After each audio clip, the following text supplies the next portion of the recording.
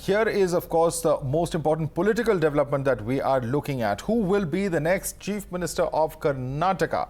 And our coverage as far as the first channel that will confirm to you that the next Chief Minister of the state will be from the Lingayat community. Inside sources say that 3 Lingayat members are the front runners. Murugesh Nirani, who's currently the Mines Minister, Basavaraj Bommai, who's known to be a close aide of Yediyurappa, and Arvind Bellad, known to be a young Lingayat face, are in the running to be the next Chief Minister of Karnataka. Just an hour from now, BJP will be holding a legislative party meeting in Bengaluru where the next Chief Minister will be decided. In fact, the top central leaders have also come in as well. All right, we have some breaking news coming in as well. All right, going by the Lingayat choice of the High Command, Basavaraj Bommai looks like the best choice as it will mean the blessing of Chief Minister B.S. Yediyurappa. Arvind Bellad, the other name, is someone who has been against B.S. Yediyurappa, and this could distance Yediyurappa further. Will dent the party in the next polls as well is the fear. Nirani has been a contender, but his business credentials have been questionable, and of course certainly would not want any kind of charges of propriety to be there against an incumbent Chief Minister. So Basavaraj Bommai becomes the front runner really as far as the Karnataka Chief Minister's race is concerned. Let's listen into the reactions coming in. ಶಾಸಕಾಂಗ ಪಕ್ಷದ ಸಭೆಯಲ್ಲಿ ಎಲ್ಲ ಏನು ಅಭಿಪ್ರಾಯ ಬರ್ತದೆ ಅದು ಬಹಳ ಮಹತ್ವ ಅಂತ ನನ್ನ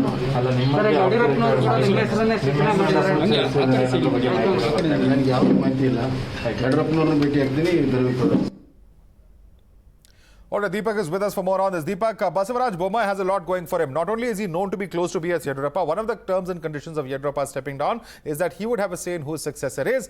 B, he has a relatively clean image when you look at that of the contenders, and also the fact that he is someone who perhaps has a variety of experience. He has been there with Yediyurappa from his first and second terms, and therefore with his rich experience in administration is perhaps one of the senior most and the best qualified for the top job in the state in BJP.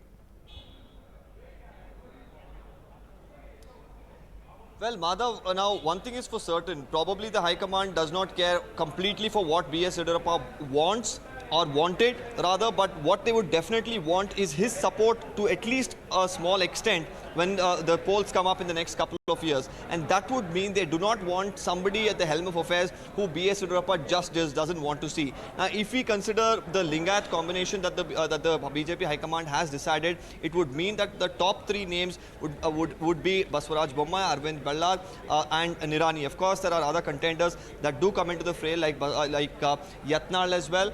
There could be Jagdish Shettar, but these are the top 3. Among these, Basavaraj Bommai has been a very close aide of B.S. Yediyurappa for quite some time. He's been attending almost all meetings where the Chief Minister has been present. He's been actively participating in the administration and has been considered number 2 in the state up until now. And the choice of Basavaraj Bommai could be a safe one that the High Command would pick, because that would mean the blessing of B.S. Yediyurappa coming along with it.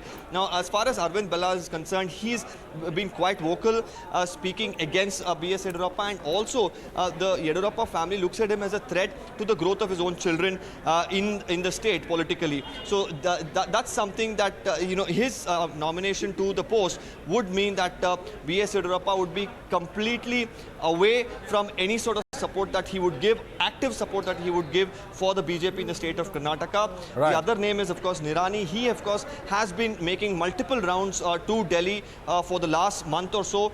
But at this point in time, it seems like the High Command could zero in on one name. But of course, there could be last-minute surprises as well, as Kumarakrupa Guest House once again bears witness to yet another political drama in the state of Karnataka. Stay with us, Deepak. We'll keep coming back to you for more updates. But let's quickly go across to our guests who are joining us. With us is Narayan Lakshman, Associate Editor of The Hindu. With us also is Sanjeev Srivastav, Senior Journalist. Narayan Lakshman, I'm going to come to you first. You know, one of the reasons that we were told that there would be a change of guard is that the BJP has been heavily dependent on the Lingayat community.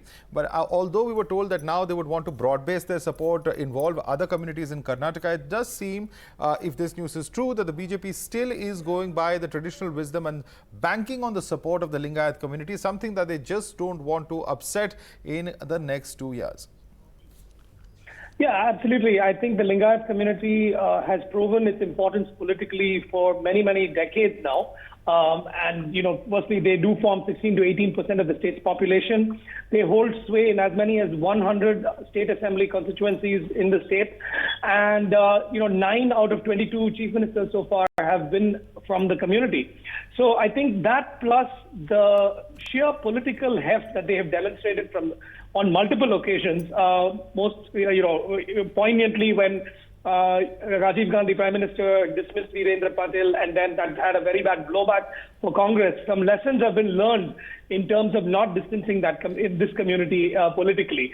So I think the BJP, being the astute political machine that it is, will try to find that compromise between getting the right Lingayat leader, but at the same time, one who does not compromise or who is able to adhere to the party's core values. Let's not forget that there'll be many other non-Lingayat constituents of the BJP within the party who subscribe to its governance and its policies, who will want a leader who reflects those values. Whether it's Hindutva, whether it's manifested in economic policies, that has to happen as well. So tonight, the meetings and the feverish discussions we're seeing will try to, sort of balance out both parts of that equation. All right, let me take that question across to Sanjeev Srivastava. Sanjeev Srivastava, there's a lot of reasons why the Lingayat community has been very strongly backing the BJP. There have been historical reasons as well. In this particular case, it seems that backing of the BJP is something that, not just are they backing on, but also there is somewhere a fear that could really adversely upset the BJP's fortunes, not just in these 2 years, but also in future years to come, if they decide to change or tinker with those equations. As Narayan was telling us, there are other communities as well, but this obviously is one of the biggest concerns of the en masse voting of the Lingayat community.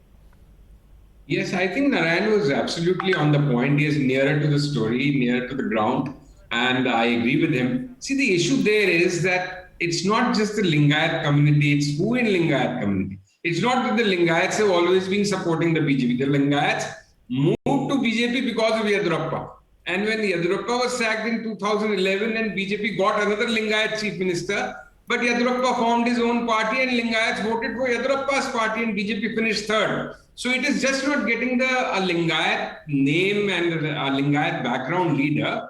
It is to get a leader of that kind of political heft that he is able to both get along with Yediyurappa, because Yediyurappa won't like anybody really trying to mess up with his Lingayat vote base. So the new leader, even if he's a Lingayat, he has to be both liked by Yediyurappa, at the same time be of some kind of, if not equal stature, of sufficient stature to gradually build his own base amongst Lingayats. So it's a very delicate equation. It's not an easy dilemma which the BJP finds itself in. Because there are two prominent communities. One is, of course, Lingayat, like we are all talking. The other is Vokkaligas, which is traditionally been with JDS, the Gowda community. So it's a very delicately poised situation. They have to get out of Yediyurappa's shadow, try and build a new leader there. At the same time, they have to manage this in such a manner that they don't end up antagonizing Yediyurappa much. Well, absolutely. A lot of concerns that will have to be balanced over there, Sanjeev Srivastava. And of course, we'll know at 7:30 exactly how that balancing act, that gentle balancing act is actually carried out on ground. I'd like to thank Narayan Lakshman as well as Sanjeev Srivastava for joining us and sharing with us your views on this development.